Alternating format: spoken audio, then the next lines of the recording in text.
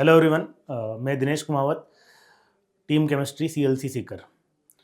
तो हम जो इस सेशन में बात करने वाले हैं जेई मेंस के जो प्रीवियस ईयर क्वेश्चंस हैं उनके बारे में जो है डिस्कशन करने वाले हैं 2023 और 2024 में जो क्वेश्चंस आए थे। तो सबसे पहले मैं ये बताना चाहूँगा पीवाईक्यू की इंपॉर्टेंस क्या है और सीएलसी इसको क्यों लॉन्च कर रही है। क्योंकि अगर आप जेई मेंस में अगर आप देखेंगे तो जो प्रीवियस ईयर जो क्वेश्चन है उनसे मिलते जुलते ही क्वेश्चन कहीं न कहीं ना आपके पास में कंसेक्यूटिव आने वाले ईयर्स में हमें देखने को मिलते हैं और कई बार कई क्वेश्चंस उसी टाइप से रिपीट होते हैं। तो सीएलसी ने एक मिशन लिया है कि बच्चों को हेल्प हो कि प्रीवियस ईयर क्वेश्चन उनको एक साथ नहीं मिल पाते हैं बुक्स में या फिर कई जगह होते हैं तो उनके सॉल्यूशंस में कई गड़बड़ होती है, कई दिक्कत होती है, तो उनको एक ही प्लेटफॉर्म पे लाने के लिए सीएलसी ने एक बीड़ा उठाया है, मिशन उठाया है कि सभी पीवाईक्यू क्वेश्चंस जो हैं बच्चों को एक साथ मिल जाए। ठीक है, तो इसी को ध्यान में रखते हुए सीएलसी जो है एक बहुत ही नेक कार्य जो है बच्चों के लिए करने जा रही है और ये आपके लिए जो फ्री ऑफ कॉस्ट रहने वाले हैं ये क्वेश्चंस आपके लिए। ठीक है, और इनको आप जो है कभी भी आप टॉपिक वाइज जो इन क्वेश्चंस को आप देख सकते हैं। ठीक है, हर एक सब्जेक्ट में ही अवेलेबल होंगे। थोड़ा सीएलसी के बारे में आपको बता दूं, सीएलसी जो है नॉर्थ इंडिया का एक है ना लीडिंग इंस्टीट्यूट है जो 30 सालों से लगातार इस फील्ड में IIT, NEET, NDA, pre foundation में काम कर रहा है और लगातार राइजिंग मोड में। ऐसा बहुत ही कम इंस्टीट्यूट हमें देखने को मिले हैं कि जो लगातार जो है ग्रोथ की तरफ है और सीएलसी लगातार सफलता के नए नए पायदान जो है वो स्थापित करता जा रहा है। ठीक है, तो उसी कड़ी में हम स्टार्ट करते हैं। पीवाईक्यू जो है रेडॉक्स जो हमारे पास में है, रेडॉक्स रिएक्शन जो चैप्टर है, इससे हम जो है प्रीवियस क्वेश्चन कौन कौन से आए हैं 23 और 24 में उसका डिस्कशन करते हैं। ठीक है, चलें स्टार्ट करते हैं। फर्स्ट क्वेश्चन है असर्शन रीजन है 23 में आया है, when aqueous solution of KOH is used for volumetric analysis it's concentration should be checked before the use, है ना। तो कई सारे वॉल्यूमेट्रिक एनालिसिस होते हैं हमारे पास में, जैसे कि KOH एक बेस है, तो बेस जो है वो एसिडिक गैसेस को क्या कर सकता है, एब्जॉर्ब कर सकता है। ठीक है, तो बोला गया कि हमारे पास में जब भी इसको यूज कर रहे हैं तो हमें इसकी कंसंट्रेशन वगैरह जो है इसका जो मेजरमेंट हमें पहले कर लेना चाहिए, है ना, एक्सपेरिमेंट से पहले। ठीक है, दूसरा बोला गया रीजन बोला गया KOH solution absorb atmospheric CO2। बिल्कुल सही बात है। अगर मान लो आपने KOH के सॉल्यूशन को खुला छोड़ दिया, जैसा कि मैंने अभी एक्सप्लेन किया था कि KOH जो है बेस एसिडिक गैसेस को एब्जॉर्ब करता है, तो उससे क्या होगा, मान लो कि अगर आपने कंटेनर को खुला छोड़ दिया तो खुला छोड़ने से क्या होगा कि हमारे पास एटमॉस्फेयर में CO2 की कंसंट्रेशन, है ना, कार्बन डाइऑक्साइड की सांद्रता अच्छी खासी होती है, तो उसको ये एब्जॉर्ब कर लेगा, जिससे इसकी कंसंट्रेशन क्या हो जाएगी, चेंज हो जाएगी। तो हमारे एक्सपेरिमेंट में दिक्कत आ सकती है, क्योंकि जब हम इनिशियली बात कर रहे हैं तो हमने कुछ मान लो कि इसकी कुछ C1 कंसंट्रेशन लेकर के हमने स्टडी किया था, बट अगर ये CO2 एब्जॉर्ब कर लेगा तो इसकी कंसंट्रेशन कुछ चेंज हो जाएगी, जबकि हम अभी यही मान के चल रहे हैं इसकी कंसंट्रेशन क्या रही होगी, C1 ही रही होगी। ठीक है, तो बातें दोनों ही सही है, बिल्कुल ही आपको पहले मेजर करके ही करना चाहिए। ठीक है, और दूसरा है हमारे पास में कि CO2 एब्जॉर्ब कर लेता है, इस कारण से ऐसा करना चाहिए। तो असर्शन भी सही है और रीजन भी सही है और उसका एक्सप्लेनेशन भी सही है, तो कौन सा आंसर बन जाएगा हमारे पास में, थर्ड जो आंसर है इसका वो सही हो जाएगा। ठीक है, चलो नेक्स्ट क्वेश्चन नंबर 2 की तरफ चलते हैं।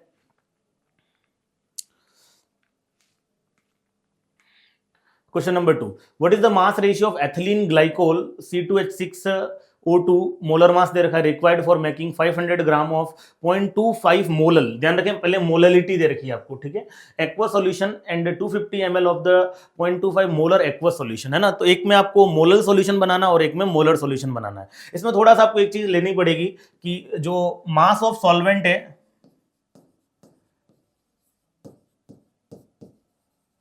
ये जो है nearly equal to mass of solution लेना पड़ेगा, क्योंकि मोलल को आपको सोल्व करना है तो उसके लिए थोड़ा सा आपको ऐसा अजम्पशन लेना पड़ेगा।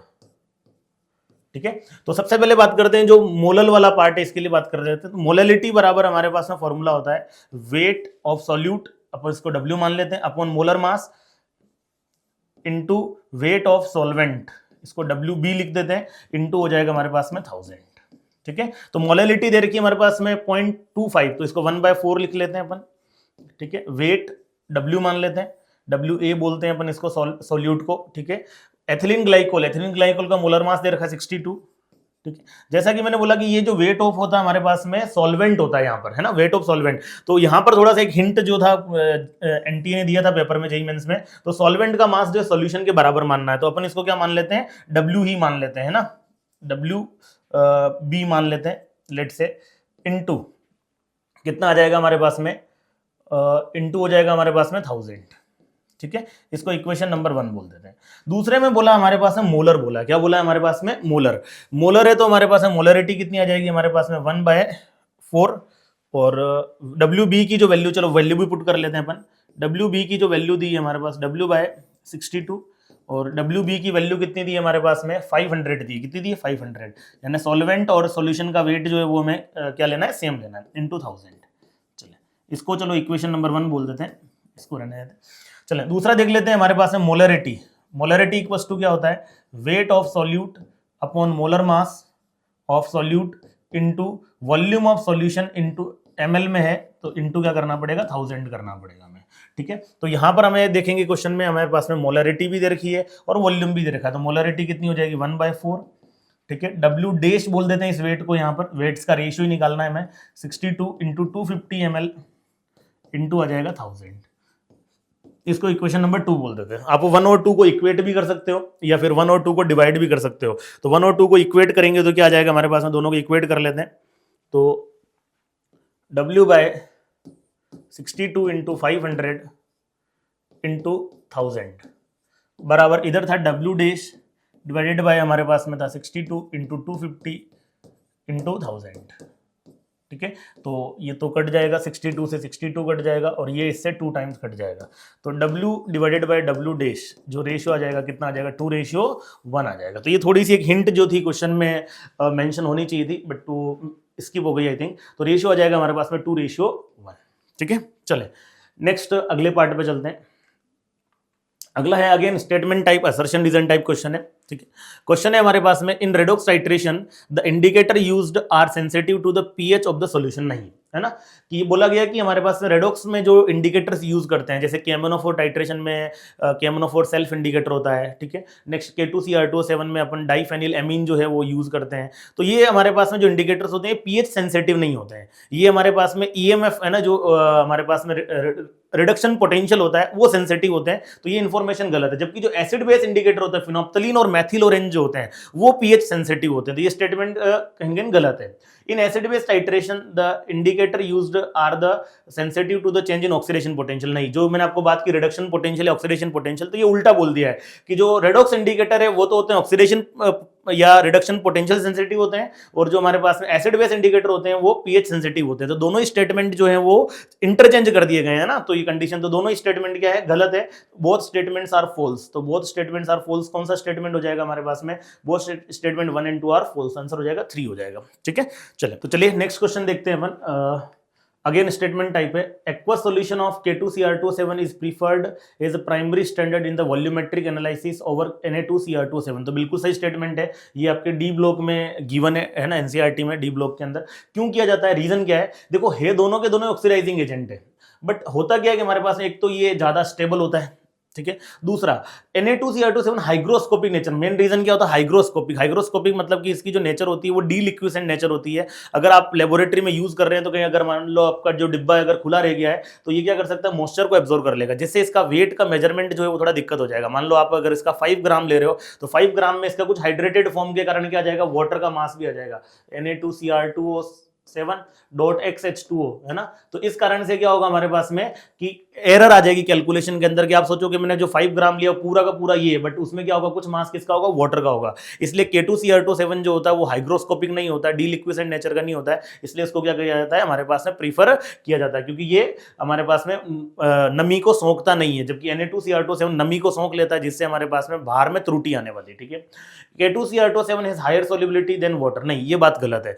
Na2CR2O7 की सोल्युबिलिटी हायर होती है, K2CR2O7, ये भी स्टेटमेंट जो है एनसीईआरटी के अंदर मेंशन है। तो पहला रीजन तो सही है बिल्कुल प्रीफर करने का। अगर आपसे पूछते प्रीफर करने का रीजन क्या है, तो आप सिंपल सा एक हाइग्रोस्कोपिक नेचर जो है या फिर डीलिक्विसेंट नेचर जो है, नमी को अवशोषित करने की जो है आर्द्रता ग्राही की जो प्रवृत्ति है वो आप याद रख सकते हैं। K2CR2O7 आर्द्रता ग्राही नहीं होता है, जबकि Na2CR2O7 जो होता है वो डीलिक्विसेंट या फिर आर्द्रता ग्राही या हाइग्रोस्कोपिक नेचर का होता है। तो पहला स्टेटमेंट सही है और दूसरा स्टेटमेंट गलत है। तो first is true but second is false, तो आंसर हो जाएगा हमारे पास में फर्स्ट हो जाएगा। ठीक है, नेक्स्ट अगला देखते हैं। Prolong heating is avoided during the preparation of ferrous ammonium sulphate, है ना, जो मोहर सोल्ट होता है फेरस अमोनियम सल्फेट, उसको बनाते समय है ना हमें लंबे समय तक गर्म करने की सलाह नहीं दी जाती। क्या रीजन है, क्योंकि बेटा जो ferrous sulphate ammonium sulphate FeSO4.NH4 whole twice SO4 2.6H2, ये फेरस अमोनियम सल्फेट या मोहर सॉल्ट का फॉर्मूला है। अगर आप इसको गर्म करोगे तो गर्म करने पर जो आयरन है, आयरन +2 ऑक्सीडेशन स्टेट में ऑक्सीडाइज हो जाएगा और आयरन +3 में चेंज हो जाएगा। तो इससे अपन ऑक्सीडेशन से बचने के लिए, ऑक्सीकरण से बचने के लिए, जो आयरन है उसका ऑक्सीकरण नहीं हो, उसका ऑक्सीडेशन, उससे बचने के लिए क्या करते हैं, लंबे समय तक हीट करने के लिए बचाया जाता है। तो टू प्रिवेंट ऑक्सीडेशन, जो एक सही स्टेटमेंट हो जाएगा, ठीक है, सही आंसर हो जाएगा इसका। Next, the metal chloride contains 55% of chlorine by weight, है ना। 100 ml vapour of metal chloride 8 STP weights 0.57 gram, then molecular formula of the metal chloride is. आपको मोलिकुलर फॉर्मूला पूछा गया इसका, ठीक है, सिंपल सा है। तो देखिए हमारे पास में मेटल क्लोराइड दे रखा है, तो मेटल क्लोराइड का आपको वेपर दे रखा है, STP पर इसका वॉल्यूम दे रखा है, 100 ml दे रखा है। तो अपन एक काम करते हैं, इसके अंदर इसके मोल्स कितने होंगे, तो मोल्स निकाल लेते हैं सबसे पहले। तो मोल्स क्या आ जाएंगे हमारे पास में, V अपॉन क्या होता है 22,400, 22,400 अगर मिलीलीटर में दे रखा है वॉल्यूम आपको, तो मिलीलीटर में दे रखा है, तो मोल कितने आ जाएंगे हमारे पास में इसके 100 डिवाइडेड बाय 22400, तो मोल बन जाएंगे 1/224, इसके मोल आ जाएंगे। अब मोल आने के बाद आपको देखो इसका वेट और दे रखा है, तो मैं क्या कर सकता हूँ, इस मेटल क्लोराइड का मोलर मास निकाल सकता हूँ। अगेन हमारे पास में रिलेशन होता है mole equals to weight upon molar mass, ठीक है। तो मोल कितना है 1/224, वेट, ठीक है, 0.57 गिवन है इसका,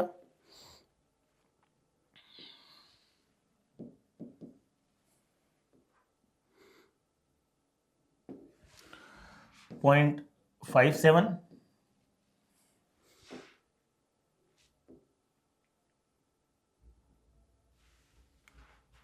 ठीक है, 0.57 डिवाइड बाय मोलर मास, ठीक है। तो मोलर मास इक्वल्स टू आ जाएगा 224 इंटू 0.57, 22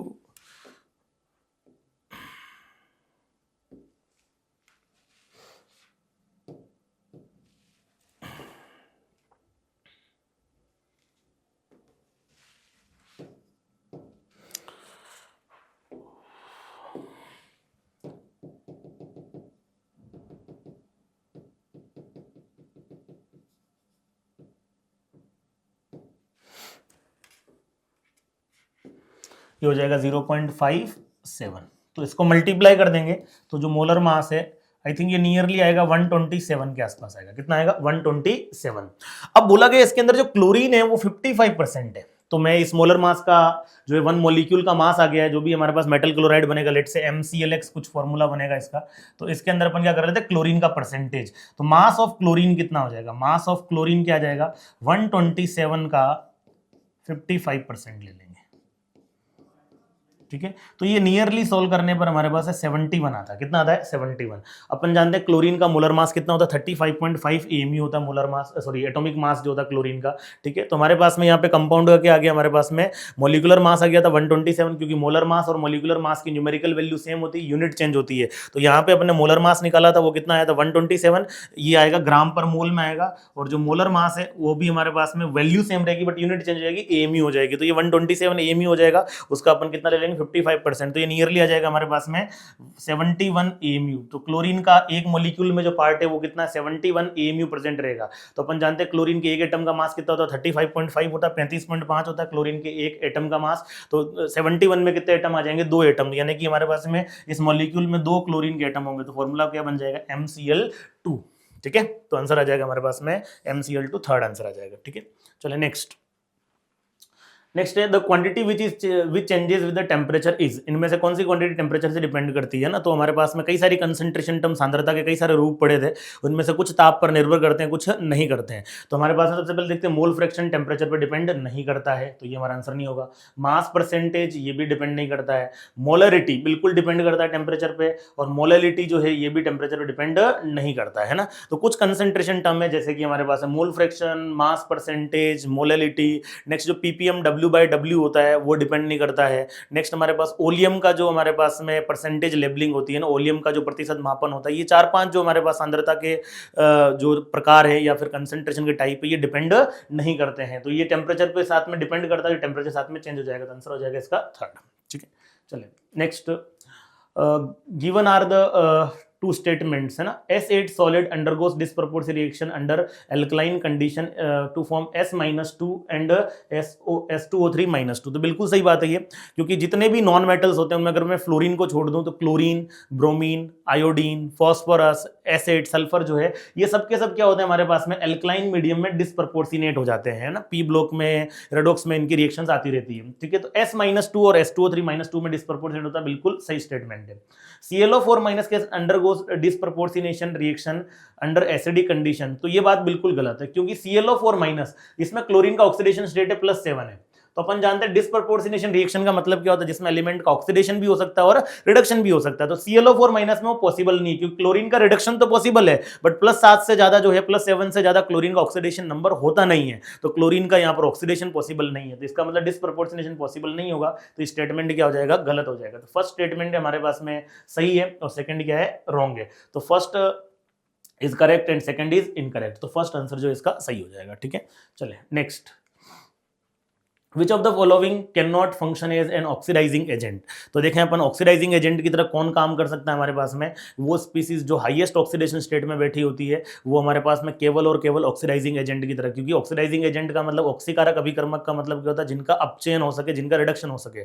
तो जो हाईएस्ट में बैठे हुए हैं, हाईएस्ट ऑक्सीडेशन स्टेट में, वो ओनली ऑक्सीडाइजिंग एजेंट की तरह एक्ट कर सकते हैं, और जो स्पीसीज लोवेस्ट ऑक्सीडेशन स्टेट में बैठी हुई है ना, अपनी निम्नतम ऑक्सीकरण अवस्था, वो केवल रिड्यूसिंग एजेंट की तरह एक्ट कर सकती है। तो हमें यहाँ पर सेलेक्ट करना है जो लोवेस्ट में बैठी होगी वो हमारे पास में नहीं कर सकती है। तो BrO3- है ना, तो ये हमारे पास में मिड में +5 में है, तो +5 में तो ये ऑक्सीडाइजिंग की तरह भी एक्ट कर सकता है और रिड्यूसिंग की तरह भी एक्ट कर सकता है। यहाँ +6 में है तो ये भी दोनों की तरह एक्ट कर सकता है। यहाँ पर देखें तो ये +7 में, ये हमारे पास अपन बोला हाईएस्ट में है, तो ओनली किसकी तरह एक्ट करेगा हमारे पास में, ऑक्सीडाइजिंग एजेंट। मिड में है तो दोनों की तरह एक्ट कर सकता है, वो डिस्प्रपोर्शनेट हो सकता है। जबकि जो लोवेस्ट में बैठा हुआ है नाइट्रोजन -3 में, तो ये हमारे पास में only and only reducing agent की तरह एक्ट कर सकता है। अमोनिया जो होता है वो रिड्यूसिंग एजेंट की तरह एक्ट कर सकता है, ऑक्सीडाइजिंग एजेंट की तरह एक्ट नहीं कर सकता। तो आंसर कौन सा हो जाएगा हमारे पास में, 3 हो जाएगा, ठीक है।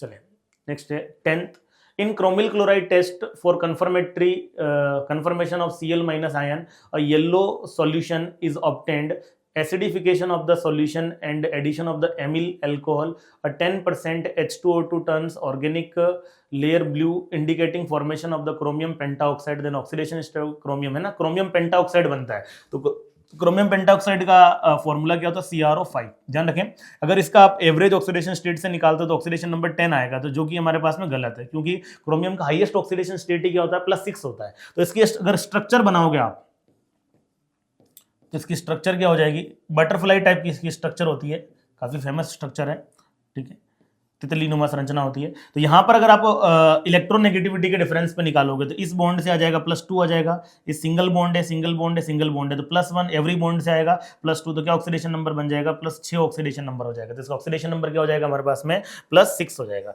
सेकंड ध्यान रखें, ये जो दोनों बॉन्ड है ये इसमें पेरोक्साइड बॉन्ड्स होते हैं, कितने होते हैं, पेरोक्साइड बॉन्ड। तो ये भी पूछा जा सकता है कि बताओ इसमें पेरोक्साइड बंद या पेरोक्साइड बॉन्ड कितने होते हैं, तो पेरोक्साइड बॉन्ड कितने होते हैं, इसके अंदर हमारे पास 2 पेरोक्साइड बॉन्ड होते हैं, ठीक है। नेक्स्ट आपसे ये भी पूछा जा सकता है इसमें ऑक्सीजन के कितने टाइप के ऑक्सीडेशन नंबर है, तो ऑक्सीजन के 2 टाइप के ऑक्सीडेशन नंबर है। ये ऑक्साइड वाला है तो इसका ऑक्सीडेशन नंबर -2 होगा, और इस वाले का कितना होगा हमारे पास में -1 होगा। तो ऐसे कुछ क्वेश्चंस जो है यहां से आपसे पूछे जा सकते हैं इसके रिगार्डिंग, ठीक है। चले नेक्स्ट है हमारे पास में एक आपको रेडॉक्स रिएक्शन दी है, इसमें आपको स्टाइकियोमेट्रिक कोएफिशिएंट बताने बैलेंस करके। Chlorine undergoes disproportionation reaction in incline medium, जैसे भी आपको मैंने बताया था, फ्लोरीन को छोड़ के जितने भी हेलोजन है, क्लोरीन, ब्रोमीन, आयोडीन, ये सब के सब एल्कलाइन मीडियम में डिस्प्रपोर्शनेट होते हैं, क्षारीय माध्यम में असमानुपातित होते हैं, ठीक है। तो आपको दे रखा है कि इनमें से इस रिएक्शन को बैलेंस करना। तो सिंपल सा देखें, जब भी डिस्प्रपोर्शनेशन रिएक्शन है, जिस स्पीसीज का डिस्प्रपोर्शनेशन हो रहा है, क्लोरीन का इसको 2 बार लिख लें आप, बैलेंस करने का देखो सिंपल सा तरीका है, 2 बार लिख लिया, फिर इससे बना लेंगे अपन ClO- plus Cl- and plus water वगैरह, देखो बैलेंस कर लेंगे, ठीक है। तो अपन मान लेते हैं कि ये वाला जो क्लोरीन है इसमें चेंज हो रहा है, और ये वाला क्लोरीन जो है इसमें चेंज हो रहा है। दोनों क्लोरीन को आप इस तरीके से डिवाइड कर सकते हैं, ठीक है। यहाँ ऑक्सीडेशन नंबर है 0 है, और यहाँ पर भी क्लोरीन एलिमेंटल फॉर्म में तत्व रूप में है तो ऑक्सीकरण अवस्था 0 होगी। यहाँ पर ऑक्सीकरण अवस्था निकालोगे तो +1 आएगी, और यहाँ पर निकालोगे तो -1 आएगी। अब बैलेंस करने का तरीका क्या होता है, अपन जो बैलेंस कर रहे हैं इसको अपन बैलेंस कर रहे हैं ऑक्सीडेशन नंबर मेथड से बैलेंस कर रहे हैं, जो कि सबसे शॉर्ट है ना, शॉर्ट मेथड होता है, सबसे छोटी मेथड है, उससे बैलेंस कर रहे हैं। तो क्या करेंगे, यहाँ से यहाँ जाएंगे तो कितना चेंज हो रहा है हमारे पास में, 1 का ऑक्सीडेशन नंबर में चेंज हो रहा है, बट 2 क्लोरीन एटम है तो इसका वैलेंस फैक्टर कितना आ जाएगा, पर मॉलिक्यूल कितना चेंज होगा, 2। यहाँ पर भी देखें 0 से जा रहे हैं +1 में कितने का चेंज हो रहा है 1, बट 2 क्लोरीन एटम है तो यहाँ पर भी हमारे पास n फैक्टर या वैलेंस फैक्टर इसका भी कितना आ जाएगा हमारे पास 2। फिर क्या करना होता है, दोनों को क्रॉस मल्टीप्लाई, तो इन दोनों को क्रॉस मल्टीप्लाई कर लेते हैं, यहाँ 2 लगा देंगे, यहाँ 2 लगा देंगे। अब देखिए इस वाले क्लोरीन को इसी से बैलेंस करना है, यहाँ कितने क्लोरीन हो गए 4, तो यहाँ कितना लगा देंगे अपन 4। यहाँ पर भी कितने क्लोरीन हो गए 4, तो यहाँ पर भी कितना लगा देंगे 4। तो एक बार क्लोरीन बैलेंस हो चुका है। ये ध्यान रखिए अपना अपना क्लोरीन बैलेंस करना है। यहाँ पर क्या हो रहा था, हमारे पास ऑक्सीडेशन हो रहा था, तो जो ऑक्सीडेशन वाला प्रोसेस है उसमें उसके क्लोरीन को बैलेंस करना है, और जो रिडक्शन वाला है उसमें उसके क्लोरीन को बैलेंस करना है। ये सिंपल सा तरीका होता है, याद रखें आप, ठीक है। अब यहाँ पर देखते हैं ऑक्सीजन को बैलेंस करना है। इधर कितने ऑक्सीजन हो गए हमारे पास में 4 ऑक्सीजन हो गए, इधर एक भी ऑक्सीजन नहीं है, तो इधर क्या कर लेंगे अपन 4H2O ऐड कर देंगे, ठीक है। नेक्स्ट अब हाइड्रोजन को बैलेंस करना है, तो इधर हाइड्रोजन कितने हमारे पास में 4 और इंटू 2 8 हो जाएगा, तो इधर क्या हाइड्रोजन को बैलेंस करने के लिए H+ लगाएंगे 8H+।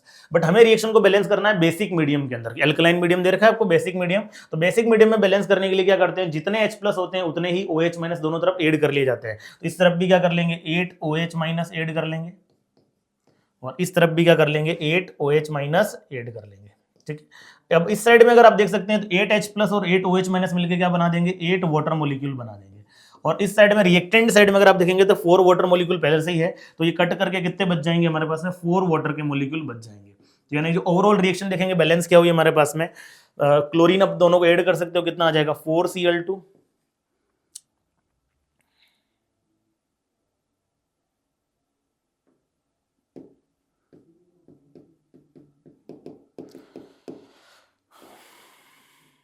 चले 4Cl2 प्लस 8OH- से बना हमारे पास में 4ClO plus 4Cl- plus 4H2O। अब इसमें से पूरे में देखोगे तो अब क्या कॉमन है हमारे पास में 4 कॉमन है, 4 बाहर निकाल लेंगे तो यहाँ पे 1 बच जाएगा, यहाँ पर 2 बच जाएगा, यहाँ पर कितना बच जाएगा 1, यहाँ पर भी 1 और यहाँ पर भी 1 बच जाएगा। तो आपको कौन से कोफिशिएंट का आपको बताना है, ABCDE का बताना है, ABCD है ना। तो A कितना हो जाएगा हमारे पास में 1 हो जाएगा, B कितना हो जाएगा हमारे पास में 2 हो जाएगा, C कितना हो जाएगा हमारे पास 1 हो जाएगा, और D भी कितना हो जाएगा 1। तो आंसर कौन सा बन जाएगा इसका 4th आंसर बन जाएगा, ठीक है। सेकंड यहाँ पर एक चीज और पूछी जाती है कि इस क्लोरीन का हमारे पास में जो क्लोरीन डिस्प्रपोर्शनेट हो रहा है इसका हमारे पास इक्विवेलेंट वेट कितना, तुल्यांकी भार कितना, ये भी एक बहुत अच्छा क्वेश्चन यहाँ से पूछा जाता है।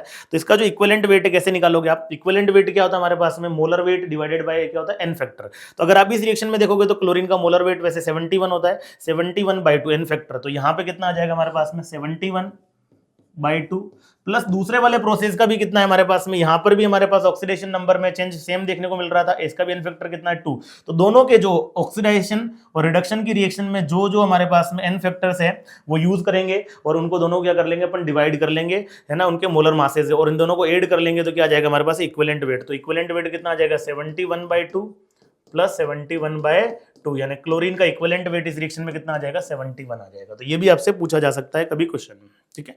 चले नेक्स्ट है हमारे पास में लिस्ट मैच टाइप है, आपको रिएक्शंस दे रखी है, इनको आपस में मैच करना है, ठीक है। Na2 + O2 है ना से NO बन रहा है, ठीक है। तो ये सिंपल सा आपको लग रहा है कॉम्बिनेशन रिएक्शन है, क्योंकि दो चीजें जुड़ रही है, जुड़ करके क्या बन रहा है NO बन रहा है, तो ये हो जाएगा कॉम्बिनेशन। तो एक आ जाएगा हमारे पास में 4 मैच कर जाएगा। देखो ऐसे जो क्वेश्चंस होते हैं ना, इनमें आप पहले ऑप्शन देख लिया करें, क्योंकि अगर मान लो आपको इनमें से कोई एक ही आता है बाकी नहीं आते हैं, तो कई बार क्या होता है कि आपको जो आता होता है उसी की मैचिंग जो होती है वो मैच कर रही होती है, ऐसा एक ही ऑप्शन करेक्ट होता है। यहाँ पर अगर आप देखोगे तो एक ओनली हमारे पास में 4 जो है वो मैच करना चाहिए था, इसका कौन सा मैच करना चाहिए था हमारे पास में 4, और ऐसा एक ही ऑप्शन है ये वाला, है ना। तो बाकी को भी अपन देख लेते हैं, ठीक है। ये है हमारे पास में कौन सा डीकंपोजिशन है, PbNO3 को गर्म कर रहे हो, है ना, हीट किया जाता है तो इस प्रकार से टूट जाता है, तो ये डीकंपोजिशन रिएक्शन हो जाएगा। तो ये हो जाएगा इसका हमारे पास में बी का जो है वो हमारे पास में मैच कर जाएगा, फर्स्ट मैच कर जाएगा, ठीक है। नेक्स्ट यहां पर बात करें तो Na + H2O से हमारे पास में क्या बन रहा है NaOH + H2O बन रहा है। तो यहाँ पर क्या हो रहा है डिस्प्लेसमेंट रिएक्शन है, क्योंकि यहाँ से वो हाइड्रोजन क्या हो गया डिस्प्लेस हो गया, तो ये कौन सा हो जाएगा डिस्प्लेसमेंट रिएक्शन। तो डिस्प्लेसमेंट रिएक्शन मतलब कि कौन सा मैच कर जाएगा, सी का मैच कर जाएगा हमारे पास में, सेकंड मैच कर जाएगा। लास्ट है हमारे पास में NO2 + OH- से बन रहा है, तो ये देखें यहाँ ऑक्सीडेशन नंबर कितना +4 है, और यहाँ ऑक्सीडेशन नंबर कितना हमारे पास में +3 आ जाएगा, और यहाँ पर ऑक्सीडेशन नंबर कितना आ जाएगा हमारे पास में +5 आ जाएगा। तो यहाँ पर क्या हो रहा है एक डिस्प्रपोर्शनेशन रिएक्शन है, तो ये कौन सा हो जाएगा हमारे पास का थर्ड मैच कर जाएगा। तो वैसे भी मैंने बताया भी एक मैच कर रहा है तो आप सीधा भी देख सकते हैं, ठीक है। हिंदी में देखें तो हमारे पास अपघटन है क्योंकि टूट रहा है ना। यहाँ पर क्या हो रहा है, हमारे पास विस्थापन अभिक्रिया है क्योंकि इसको है ना यहाँ पर हाइड्रोजन विस्थापित हो रही है। असमानुपातन को डिस्प्रपोर्शनेशन बोलते हैं। योग का मतलब यहाँ पर हमारे पास जुड़ रहा है, तो ये तो हो जाएगा हमारे पास में योग वाली अभिक्रिया हो जाएगी। ये कौन सी हो जाएगी हमारे पास में, अपघटन या विघटन बोल सकते हैं। ये विस्थापन हो जाएगा, और ये कौन सी अभिक्रिया हो जाएगी हमारे पास में, असमानुपातन हो जाएगी। ठीक है, चलो next. Thiosulphate react differently with iodine and bromine in the reactions given below. इस प्रकार से रिएक्शन करता है, बिल्कुल। तो देखो यहाँ पर अगर आप देखोगे थायोसल्फेट जो है, यहाँ पर ऑक्सीडेशन नंबर क्या था इसका, हमारे पास ऑक्सीडेशन नंबर निकालोगे तो कितना आएगा, 2x मान लेते हैं। ठीक है, सल्फर का x मान लेते हैं, और ये हो जाएगा हमारे पास में -2 × 3, ऑक्सीजन का -2 लिया जाता है जनरली, और ऊपर चार्ज है -2, तो सॉल्व करेंगे तो x की वैल्यू आ जाएगी +2। तो यहाँ ऑक्सीडेशन नंबर +2 है, +2 से ये जा रहा है हमारे पास में, यहाँ पर अगर आप ऑक्सीडेशन नंबर निकालोगे तो +2.5 में जा रहा है।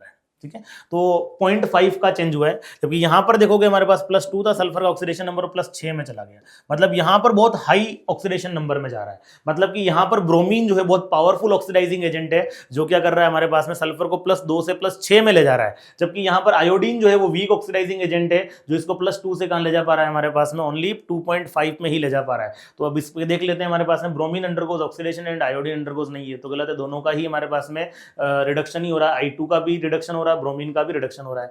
Bromine is a stronger oxidant than iodine, तो ये बात बिल्कुल सही है। थायोसल्फेट अंडरगोज, ये गलत हो जाएगा। ब्रोमीन इज अ वीकर नहीं है ना, ऑक्सीडेंट या ऑक्सीडाइजिंग एजेंट एक ही बात होता है, ऑक्सीकारक अभिकर्मक बोल सकते हैं, ऑक्सीकारक बोल सकते हैं। ब्रोमीन जो है एक प्रबल ऑक्सीकारक अभिकर्मक है, और ये तो ये दोनों रिएक्शन आप ध्यान भी रख सकते हैं। सेम रिएक्शन जो है हमारे पास में है ना, क्लोरीन वगैरह के साथ में भी पावरफुल ऑक्सीडाइजिंग एजेंट होता है, देखने को मिल सकती है। ठीक है, चले नेक्स्ट 14।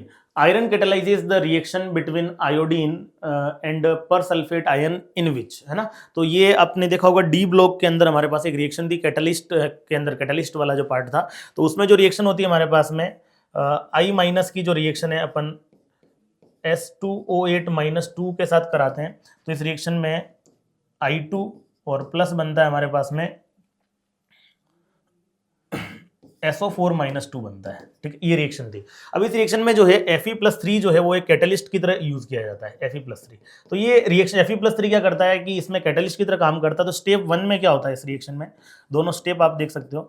Fe+3 जो है पहले क्या करता है, I- को ऑक्सीडाइज कर देता है, I2 के अंदर चेंज कर देता है, और खुद जो है वो Fe+2 के अंदर रिड्यूस हो जाता है। फिर स्टेप 2 में जो है Fe+2 जो है वो एक रिड्यूसिंग एजेंट होता है अगेन। तो Fe+2 क्या करता है हमारे पास में S2O8-2 जो है ना परसल्फेट है, इसको हमारे पास में खुद तो ऑक्सीडाइज हो जाएगा, रिड्यूसिंग एजेंट है, और इसको किसमें हमारे पास रिड्यूस कर देता है SO4-2 में। अब सर इसमें अगर आप देखोगे तो Fe+3 जो था वो पहले भी था और बाद में भी है, तो कैटलिस्ट की यही प्रॉपर्टी होती है। कैटलिस्ट उत्प्रेरक का क्या गुणधर्म होता है, अभिक्रिया में भाग तो लेता है, बट अभिक्रिया के अंदर इसकी मात्रा अपरिवर्तित रहती है। तो यहाँ पर जितना मोल यूज होगा उतना ही मोल यहाँ पर वापस क्या हो जाएगा, आपको मिल जाएगा। कैटलिस्ट का रिएक्शन को बैलेंस वगैरह करेंगे तो चीज समझ में आ जाएगी। सेकंड चीज यहाँ पे पूछ सकता है कि हमारे पास इसमें से ऑक्सीडेशन किसका हो रहा है, क्योंकि यहाँ अगर आप सल्फर का ऑक्सीडेशन नंबर निकालोगे तो +6 आएगा, अगर आप एवरेज से निकालोगे तो गलत आएगा, क्योंकि इसका स्ट्रक्चर से अगर आप ऑक्सीडेशन नंबर निकालोगे तो ये पर सल्फ है ना, परऑक्साइड बॉन्ड होता है इसके अंदर इस प्रकार से। क्योंकि हमें देखो थोड़ा सा क्योंकि अगर क्वेश्चन अगर रिपीट भी होते हैं तो सेम क्वेश्चन नहीं आते हैं, थोड़ा सा उसके आजू बाजू में क्वेश्चन आते हैं। तो ये वाला जो बीच में जो हमारे पास में है -1 है ना, इसलिए अपन थोड़ा सा ओवरऑल जो आजू बाजू की चीजें वो भी क्या कर रहे हैं, डिस्क्राइब करने की कोशिश कर रहे हैं। यहाँ ऑक्सीडेशन नंबर -1 है, बट जब ये हमारे पास सल्फेट में चेंज होता है,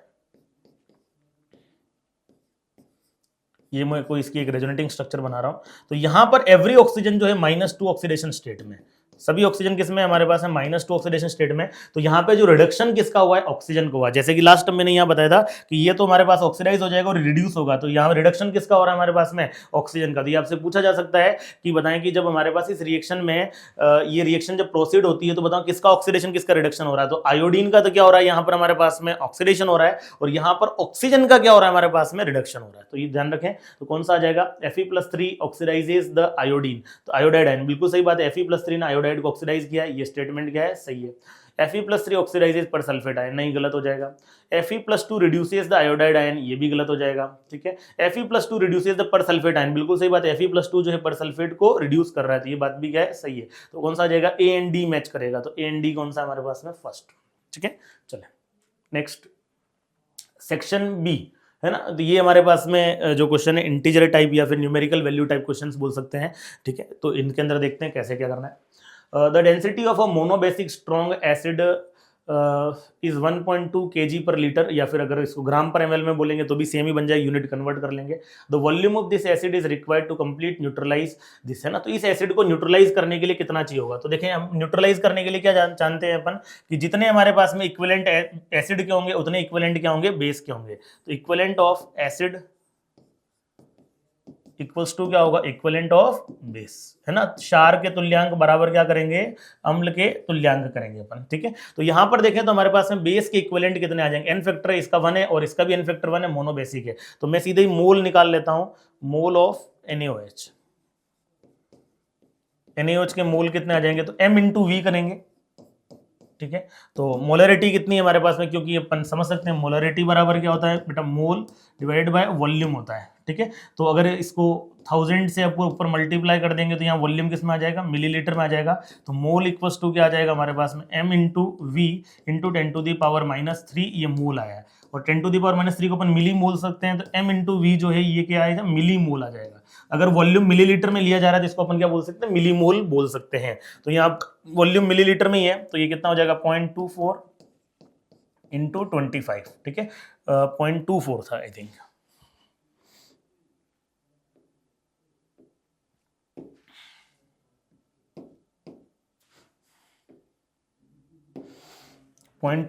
ठीक है। तो इसको क्या लिख लेंगे, 0.24 इंटू 100 बाय इसको अपन 4 कर लेते हैं, है ना। तो ये कितना बन जाएगा हमारे पास में 24, और ये आ जाएगा 6 मिलीमोल आ जाएगा, कितना आ जाएगा 6 मिलीमोल। तो 6 मिलीमोल है तो हमारे पास बेस के 6 मिलीमोल है, तो हमारे पास में इक्विवेलेंट एसिड के भी क्या चाहिए होंगे 6, है ना, क्योंकि इक्विवेलेंट भी सेम ही आएंगे, क्योंकि NaOH का एन फैक्टर कितना है हमारे पास में 1। तो इक्विवेलेंट की बात भी की जाए तो इक्विवेलेंट ऑफ NaOH भी कितना आ जाएगा, सेम आ जाएगा, क्योंकि इसका एन फैक्टर कितना है हमारे पास में 1 है, तो यानी 6 मिली इक्विवेलेंट आ जाएंगे। या फिर अगर कन्वर्ट करना चाहते तो 10⁻³ और सेम किसके लिए होंगे हमारे पास में, एसिड के लिए होंगे। तो 4 एसिड, ठीक है। एसिड के इक्विवेलेंट कितने आ जाएंगे,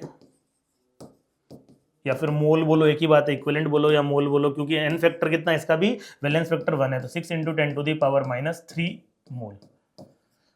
अब आपको यहाँ पर क्या गिवन है, एसिड की आपको डेंसिटी गिवन है, ठीक है। तो हमारे पास में एसिड के मोल्स आ गए, तो अपन क्या कर सकते हैं, एसिड का molar mass, density of the molar mass आपको गिवन है एसिड का, ठीक है। तो यहाँ से क्या कर सकते हैं अपन, एसिड के मास निकाल सकते हैं, ठीक है। तो मास निकालेंगे तो कितना आ जाएगा हमारे पास में, मोल इक्वल्स टू क्या होता है, मास अपॉन मोलर मास, ठीक है। तो मोल कितना है 6 इंटू 10⁻³ ठीक है। ये कितना आ जाएगा हमारे पास में, वेट अपॉन मोलर वेट 24.2, ठीक है। तो यहाँ से वेट आ जाएगा हमारे पास में 24.2 इंटू 6 इंटू 10⁻³ तो इसको मल्टीप्लाई करेंगे तो कितना बन जाएगा, ये 12 बन जाएगा 1, और 6 4 जा कितना हो जाए हमारे पास में 24 प्लस 1 25, ये डेसिमल आ जाएगा, और 25 तो 2 है ना, रिमेनिंग होगा कितना आ जाए 12 और ये 14, ठीक है। 145.2 इंटू 10⁻³ ग्राम, ठीक है। अब डेंसिटी आपको दे रखी है तो डेंसिटी वाला फॉर्मूला यूज कर लेंगे, डेंसिटी इक्वल्स टू क्या हो जाएगा, मास बाय वॉल्यूम, ठीक है। जैसा मैंने बताया डेंसिटी आपको कितनी दे रखी है हमारे पास में 1.21 kg पर लीटर, तो इसी को अपन अगर ग्राम पर ml में भी कन्वर्ट करेंगे तो सेम ही आ जाएगा। kg के लिए इसको क्या करना पड़ेगा, 1000 से मल्टीप्लाई करना पड़ेगा ग्राम में चेंज करने के लिए, और लीटर को चेंज करने के लिए क्या करना पड़ेगा, 1000 से नीचे डिवाइड करना पड़ेगा, तो डेंसिटी 1.21 ही आ जाएगी। तो 1.21 मास कितना आया 145.2 इंटू 10⁻³ ठीक है, और डिवाइडेड बाय हमारे पास में 10⁻³ है ना,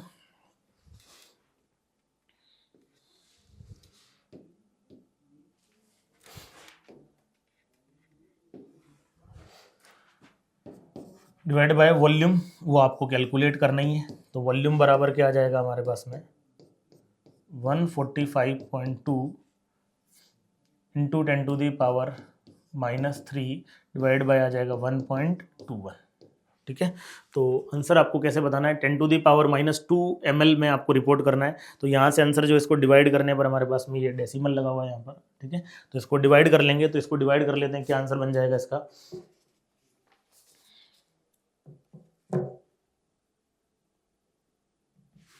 145.2 डिवाइडेड बाय 1.21, तो ये बन जाएगा हमारे पास में 120। ठीक है, ये बन जाएगा 120 इंटू 10⁻³ मिलीलीटर। तो इसको आपको आंसर कैसे रिपोर्ट करना है, इसको रिपोर्ट करना है 10⁻² में रिपोर्ट करना है, तो आंसर हो जाएगा इसका 12। कितना हो जाएगा, 12 इंटू 10⁻²। तो मल्टीप्लाई में आपको चाहिए आंसर कितना हो जाएगा इसका, 12 आंसर हो जाएगा। ठीक है, तो इस क्वेश्चन का आंसर कितना आ जाएगा हमारे पास में, 12। नेक्स्ट है 30 ml bottle soft drink has 0.2 m CO2 dissolved in it assuming CO2 behave as an ideal gas then the volume। ठीक है, तो आपको दे रखा मोलरिटी इतनी दे रखी है। तो मोलरिटी एक्चुअली मतलब क्या होता है बेटा, मोलरिटी की यूनिट क्या होती है अपने पास में दे रखी 0.2, तो इसको मोल पर लीटर भी लिख सकते हैं, यानी 1 लीटर में कितना मोल है हमारे पास में, 1 लीटर मतलब हो गया 1000 ml, 1000 ml में कितना मोल है, 0.2 मोल CO2 डिजोल्व है। तो आपको दे रखा 300 ml सॉल्यूशन है, 300 ml है, तो 300 ml में कितना आ जाएगा, 0.2 इंटू 300 डिवाइड बाय कितना आ जाएगा, 1000। ठीक है, 2 जीरो से 2 जीरो कैंसिल आउट हो जाएगा, ये आ जाएगा हमारे पास में 0.6, तो 0.06 मोल आ जाएंगे CO2 के आपके पास में मोल आ गए, तो आप STP की कंडीशन लगा कर क्या निकाल सकते हैं, वॉल्यूम निकाल सकते हैं। तो क्या आ जाएंगे हमारे पास में, मोल इक्वस टू है ना, वही वापस formula, mole equals to V/22 है ना, 4 लीटर में होता है और मिलीलीटर में है, तो अपन क्या कर लेंगे, आपको आंसर मिलीलीटर में निकालना है, तो 22,400 कर लेंगे। तो मोल कितना आया, 6 इंटू 10⁻² बराबर V डिवाइड बाय कितना आ जाएगा हमारे पास में, अच्छा आपको STP पर इस बार वॉल्यूम थोड़ा चेंज कर दिया है, STP पर वॉल्यूम कितना दिया है हमारे पास में, 22.7 दिया है। देखो यहाँ पर देखोगे, अगर आप 22.7 लिखा हुआ है हिंट में क्वेश्चन में, तो आपको जो है इस बार 22,400 नहीं लेना पड़ेगा, इसकी जगह आपको वैल्यू जो है वो चेंज करनी पड़ेगी। तो यहाँ पर अपने पास 700 कर लेते हैं वैल्यू को। ठीक है, ये क्वेश्चन में गिवन है, वैसे तो अपने जानते हैं कि कितना होता है, 22,400 होता है, 22,400 होता है, बट यहाँ क्वेश्चन में मेंशन है, तो अपन वही वैल्यू यहाँ पर ले लेते हैं। ठीक है, तो इसको मल्टीप्लाई करेंगे, ये मिलीलीटर में आएगा वॉल्यूम यहाँ पर। ठीक है, तो कितना आ जाएगा हमारे पास में, 6 इंटू 227, 2 जीरो तो कैंसिल आउट हो जाएंगे, तो इसको मल्टीप्लाई कर लेते हैं, कितना आ जाएगा हमारे पास में, 7 6 जा 42। ठीक है, 7 6 जा 42,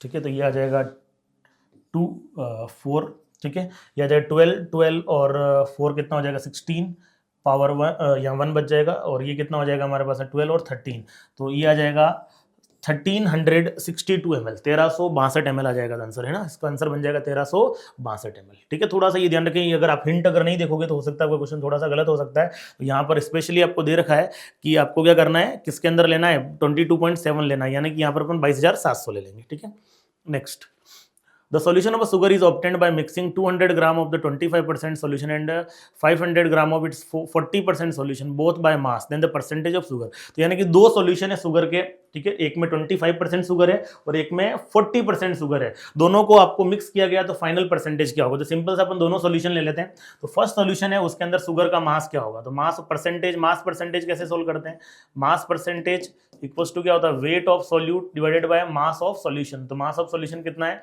200 इंटू आ जाएगा हमारे पास में 100, तो ये कितना आ जाएगा, मास ऑफ शुगर फर्स्ट वाले में कितना आ जाएगा हमारे पास 50 ग्राम। ठीक है, सेकंड सॉल्यूशन में देख लेते हैं, सेकंड सॉल्यूशन में क्या है हमारे पास, परसेंटेज दिया 40, ठीक है, इक्वल्स टू हमारे पास में वेट ऑफ शुगर अगेन निकाल लेते हैं, यहाँ पर सॉल्यूशन का वेट दिया आपको 500 इंटू कितना आ जाएगा हमारे पास में 100। ठीक है, तो वेट कितना आ जाएगा हमारे पास में शुगर का, यहाँ आ जाएगा 200 ग्राम। तो टोटल वेट ऑफ शुगर क्या आया, WA टोटल कितना है 250 ग्राम। ठीक है, और आपको बताना है कि नया परसेंटेज बताना है, परसेंटेज शुगर बताना है टोटल सॉल्यूशन में। तो टोटल सॉल्यूशन में बताना है, तो 250 divide by mass of total solution कितना हो जाएगा, 200 प्लस 500 कितना आ जाएगा 700 इंटू 1000, ठीक है। तो ये आ जाएगा 250 डिवाइडेड बाय 7, ठीक है। अब इसको आप जो भी है इसको डिवाइड कर लेंगे, डिवाइड करके हमारा आंसर बन जाएगा। कितना बन जाएगा ये हमारे पास में 250 को अपन डिवाइड कर लेते हैं, ठीक है। तो कितनी 3 टाइम्स 21, 4 रिमेनिंग है, ठीक है, 0, कितना आ जाएगा 5, ठीक है। और नीचे कितना बच जाएगा हमारे पास में 35, कितना 2.0, तो कितना आ जाएगा पीछे हमारे पास में 3, तो 5 बचेगा, ठीक है। 5 बचेगा तो कितना आ जाएगा यहाँ पर हमारे पास में 7 आ जाएगा, ठीक है। तो आंसर जो है वो नियरेस्ट इंटीजर में रिपोर्ट करना है आपको। तो ये 35.7% बन रहा है, तो नियरेस्ट इंटीजर में रिपोर्ट करना, तो आंसर कितना आ जाएगा हमारे पास में 36% हो जाएगा। तो आंसर क्या आ जाएगा 36%, ठीक है।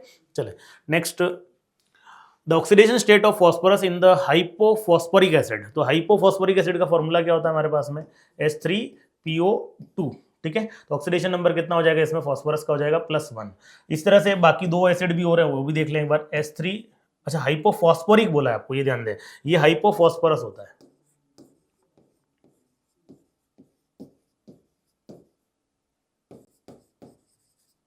ठीक है। एक बार मैं 3-4 जो एसिड फेमस है उसकी बात कर लेते हैं। H3PO3 इसको बोलते हैं हमारे पास फॉस्फोरस एसिड बोलते हैं,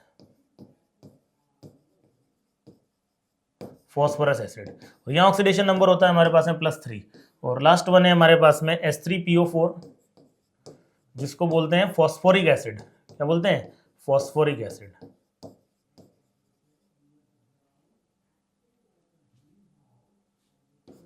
फॉस्फोरिक एसिड, ठीक है। इसके अंदर ऑक्सीडेशन नंबर है +5। जो हाइपोफॉस्फोरिक एसिड है वो होता है हमारे पास में H4P2O6, है ना, ये इसकी स्ट्रक्चर होती है।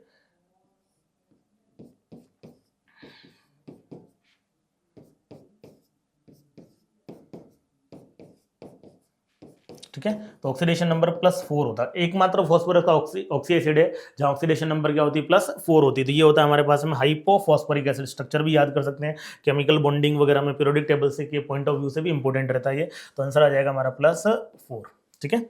चलिए नेक्स्ट है, in the faintly alkaline medium the reduction of permanganate ion involves a gain of कितने इलेक्ट्रॉन, है ना। तो आपको बोला फेंटली है, फेंटली का मतलब है हमारे पास वीक बेसिक मीडियम में। तो MnO4 माइनस की जो है बेटा परमैंगनेट जो है इसकी हमारे पास में 3 टाइप की रिएक्शन होती है। अगर आप इसको एसिडिक मीडियम में मिलाते हैं तो ये Mn+2 में चेंज होता है। Mn+2 में मतलब कि +7 से कहाँ जा रहा है हमारे पास में +2 में जा रहा है। तो यहाँ पर कितने इलेक्ट्रॉन गेन करेगा? 5 इलेक्ट्रॉन। MnO4 माइनस को अगर आप वीक बेसिक मीडियम या फिर न्यूट्रल मीडियम में लेते हो आप, है ना, तो ये वीक बेसिक बोल सकते हो या फिर न्यूट्रल बोल सकते हो, ठीक है। दुर्बल जो है हमारे पास में क्षारीय माध्यम, तो यहाँ पर ये चेंज होता है MnO2 में चेंज होता है। किसमें चेंज होता है? MnO2 में। और इसकी black PPT, black brown PPT बोल सकते हैं, इसकी ब्लैक पीपीटी होती है।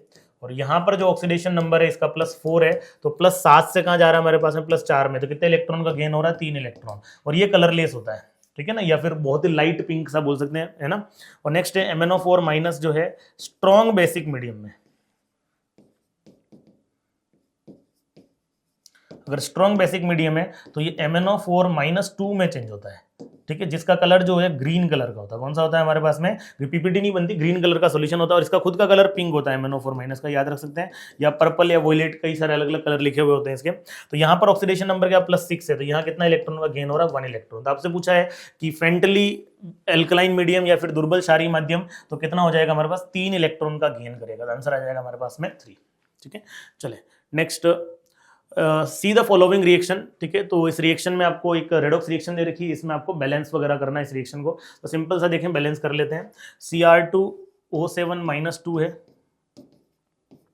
प्लस Fe+2, ठीक है, से बन रहा है Cr+3 प्लस Fe+3 और प्लस GMnH2, ठीक है। तो यहाँ पर सबसे पहले देखें, क्रोमियम का ऑक्सीडेशन नंबर जो है डाइक्रोमेट में +6 है और आयरन का यहाँ पर +2 है। यहाँ पर आयरन क्रोमियम +3 में है और आयरन किस में हमारे पास है? +3 में।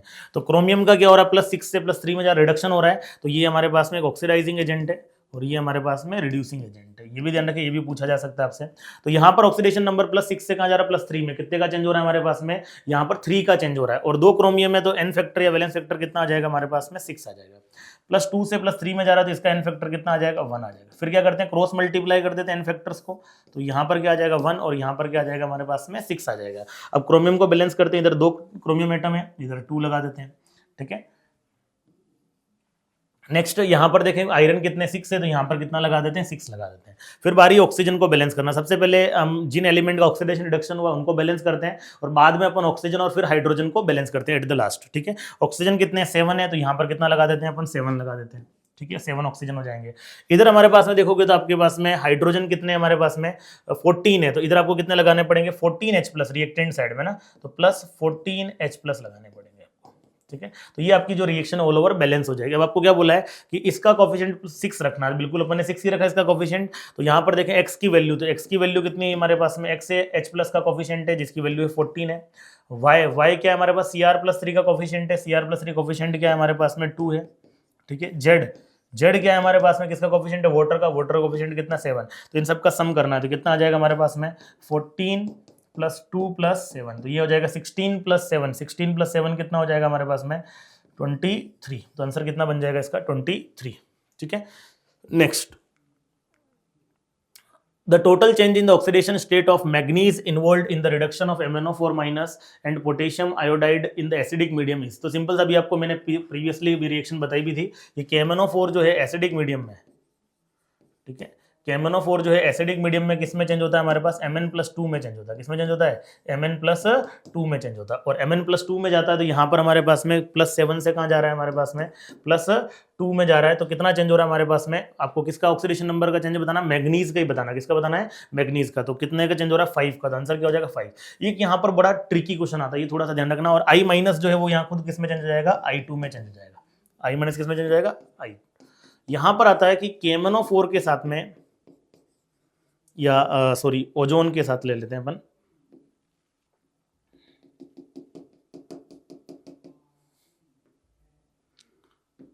ओजोन के साथ में आयोडाइड की रिएक्शन अगर बेसिक मीडियम में कराई जाए, है ना, तो बेसिक मीडियम में कराते हैं तो ये I2 नहीं बनता, यहाँ पर बनता है IO3- बनता है। ये थोड़ा सा आप ध्यान रखना, क्योंकि बेसिक मीडियम में एक्चुअली होता क्या है कि I- से पहले I2 बनेगा, बट I2 जो है वो डिस्प्रपोर्शनेट हो जाता है खुद, क्योंकि अपन जानते हैं, अभी मैंने बताया था क्लोरीन, ब्रोमीन, आयोडीन जो होते हैं वो डिस्प्रपोर्शनेट होते हैं। बट एसिडिक मीडियम में कराएंगे तो बिल्कुल I2 बनेगा। बट इस रिएक्शन को अगर आप कहाँ कराओगे, एसिडिक मीडियम में कराओगे तो बिल्कुल I2 ही बनेगा, क्योंकि एसिडिक मीडियम में I2 जो है डिस्प्रपोर्शनेट नहीं होता। तो ये थोड़ा सा अच्छा क्वेश्चन बनता है आयोडाइड के ऑक्सीडेशन का। अगर ओजोन के साथ कराते हैं इसकी रिएक्शन या फिर किसी भी ऑक्सीडाइजिंग एजेंट के साथ कराते हैं तो बेसिक मीडियम में जो होता है ये IO3- में चेंज हो जाता है। तो अभी तो हमारा आंसर जो है वो फिलहाल कितना होगा, 5 होगा। ऑक्सीडेशन नंबर में चेंज कितना है, ठीक है। Next, in the chromyl chloride the oxidation state of chromium. Chromyl chloride का फॉर्मूला क्या होता है, सबसे पहले तो वो देखना पड़ेगा, CrO2Cl2, जिसकी रेडिश ब्राउन वेपर होती है, ठीक है। तो ऑक्सीडेशन नंबर कितना आ जाएगा, +6 आ जाएगा इसके अंदर। ऑक्सीडेशन नंबर कितना हो जाएगा, +6। कैसे निकालते हैं, जिस एलिमेंट का निकालना होता है उसका x एज्यूम कर लेंगे और इसके कितने एटम है, 1। ऑक्सीजन का जनरली अपन लेते हैं -2 लेते हैं इंटू 2। क्लोरीन का कितना लेते हैं, -1 लेते हैं इंटू 2, बराबर क्या हो जाएगा 0। तो सॉल्व करेंगे तो ऑक्सीडेशन नंबर क्या आ जाएगा, +6 आ जाएगा, ठीक है। तो आंसर हो जाएगा इसका 6। चलिए नेक्स्ट है, only 2 ml of KMnO4 solution of unknown molarity is required to reach the end point of the titration 20 ml of the oxalic acid in the acidic medium than the molarity of KMnO4। तो अपन titration में जानते हैं क्या करना पड़ता है, and point पर हमारे पास में क्या करता है, इक्विवेलेंट ऑफ टाइट्रेंट बराबर टाइट्रेंट। तो इक्विवेलेंट ऑफ KMnO4 जो है वो किसके बराबर कर देंगे अपन, ऑक्सैलिक एसिड के बराबर कर देंगे। अब यहाँ पर जो है अपन जानते हैं एसिडिक मीडियम में, तो इसका अपन एन फैक्टर कई बार बात कर चुके हैं। एन फैक्टर कितना होता है इसका हमारे पास में 5 होता है। और एसिडिक मीडियम हो या कोई सा मीडियम हो, जो ऑक्सैलिक एसिड है, ऑक्सलेट आयन जो होता है ये CO2 में चेंज होता है। किसमें चेंज होता है, CO2 में। तो यहाँ ऑक्सीडेशन स्टेट +3 और यहाँ +4 है, इसका जो वैलेंस फैक्टर आएगा वो आ जाएगा हमारे पास 1/2। तो ध्यान रखिए इसका एन फैक्टर कितना लेंगे अपन, 2 लेंगे। अब क्या करते हैं, equivalent M1V1 N1 = M2V2 N2, ठीक है। तो M1 इसकी मोलरिटी फाइंड आउट ही करनी है। वॉल्यूम कितना दे रखा है हमारे पास, 2 ml है। एन फैक्टर अपन ने देखा ये एसिडिक मीडियम में कितना होता है, इसका 5 होता है, बराबर। इसकी मोलरिटी आपको कितनी दे रखी है हमारे पास में, 2m दे रखी है।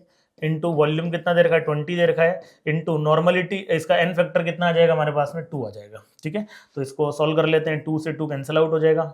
ठीक है, तो m1 बराबर क्या आ जाएगा हमारे पास में, ये इससे 4 टाइम्स कट जाएगा, तो 8 ml जो है, सॉरी मोलरिटी जो है वो क्या आ जाएगी 8m आ जाएगी।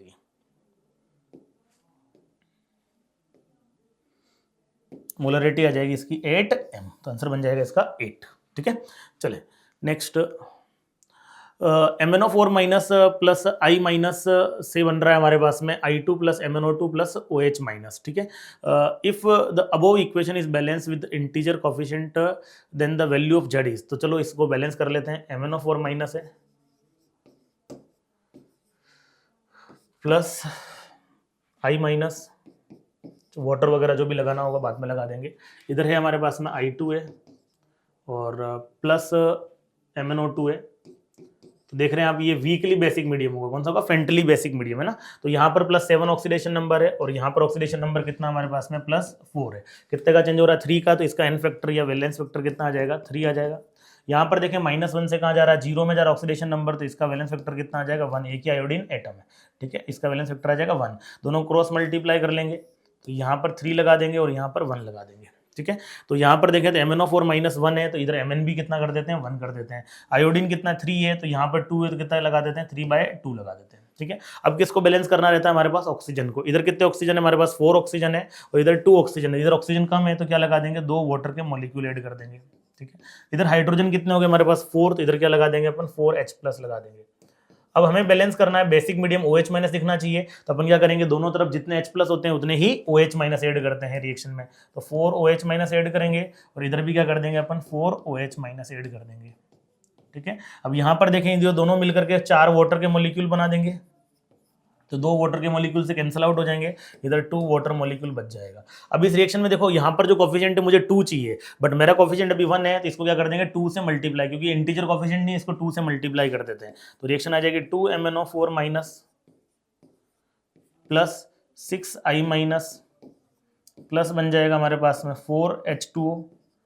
ठीक है, से बना हमारे पास में 3I2 plus 2 MnO2 plus 8OH minus, ये हमारा आ जाएगा। अब आपको क्या बताना है, किसकी वैल्यू बतानी है आपके पास में, जेड की वैल्यू बतानी है। किसकी वैल्यू बतानी है, with the value of the Z, तो जेड की वैल्यू कितनी आ जाएगी हमारे पास में 8 आ जाएगी। कितनी आ जाएगी 8, तो आंसर क्या बन जाएगा इसका 8 बन जाएगा। ठीक है, चले next 11, the number total number of species from following which can undergo disproportionation reaction is, है ना। तो निम्न में से कितनी प्रजातियां ऐसी जो असमानुपातित होती है, विषमानुपातित होती है।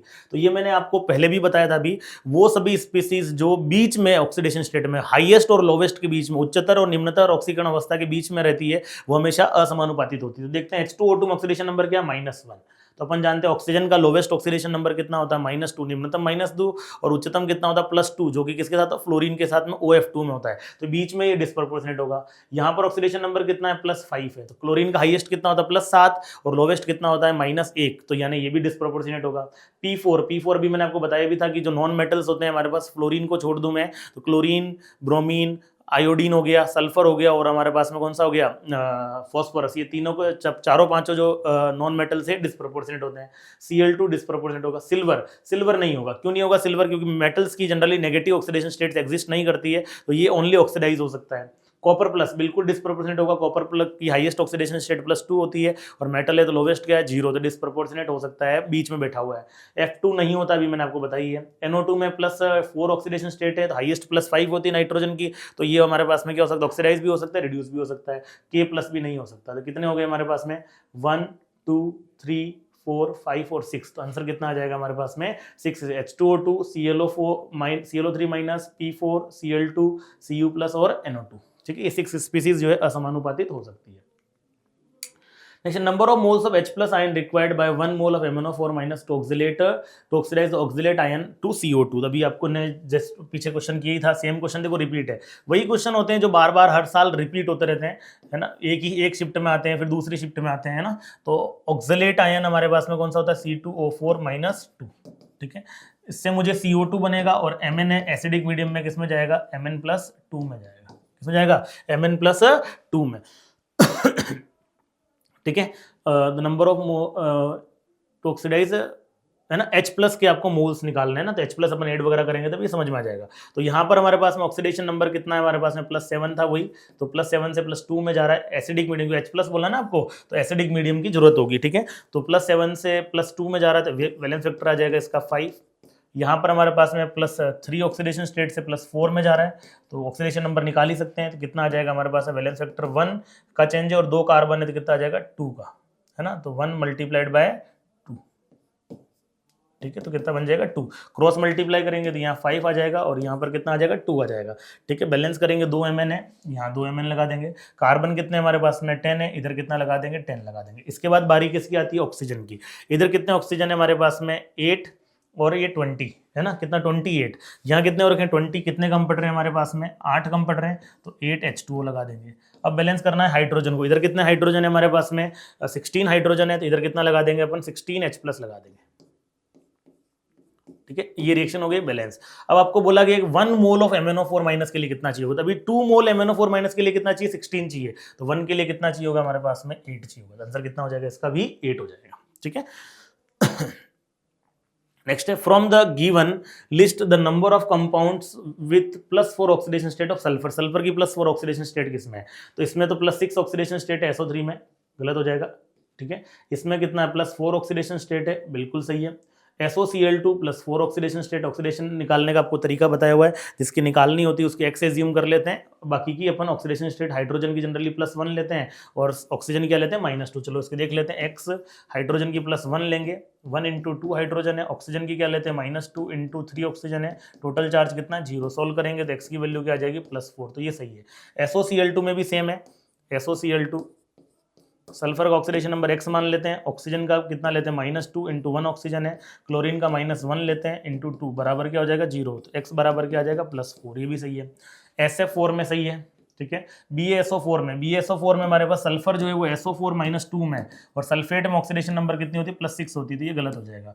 H2S2O7 जो हमारे पास में पायरोसल्फ्यूरिक एसिड है, इसके आप स्ट्रक्चर बना सकते हैं, इससे आप इसका ऑक्सीडेशन नंबर देखोगे या फिर एवरेज से भी निकाल सकते हो, कोई दिक्कत नहीं है, ठीक है। तो इसका ऑक्सीडेशन नंबर कितना आ रहा है +2, इस डबल बॉन्ड से आएगा +2, सिंगल बॉन्ड से +1, तो +6 ऑक्सीडेशन स्टेट है, ये भी गलत है। तो कितने स्पीसीज हो गई हमारे पास में 3 स्पीसीज होगी, तो आंसर हो जाएगा हमारे पास में 3, ठीक है। चले नेक्स्ट, चले तो ये था हमारे पास में रेडॉक्स जो चैप्टर है, इससे जो भी प्रीवियस ईयर क्वेश्चंस आए हैं, तो ऑलमोस्ट अगर आप देखेंगे तो टोटल जो क्वेश्चंस अगर आप देखेंगे टोटल 26 क्वेश्चन के आसपास जो है वो जेई मेंस के अंदर इन 2 सालों के अंदर आए हैं। तो अगर आप टोटल नंबर ऑफ पेपर्स भी देखेंगे तो ऑलमोस्ट इतने ही पेपर होते हैं, है ना, क्योंकि हर साल जो 2 अटेम्प्ट हुए हैं और टोटल मिलाकर के अपन बात करें तो एक साल जो है 13 से 14 शिफ्ट होती है ना, तो इतने ही क्वेश्चन आपको देखने को मिल रहे हैं। इट मीन्स आपके पास एवरी शिफ्ट जो होती है उसमें एक क्वेश्चन आता है। तो आप रेडॉक्स की इंपॉर्टेंस को समझ सकते हैं कि क्या इंपॉर्टेंस है रेडॉक्स की, इसलिए आप रेडॉक्स ऐसा चैप्टर जिसको स्किप नहीं कर सकते, और उसके क्वेश्चन भी बहुत आसान से आते हैं,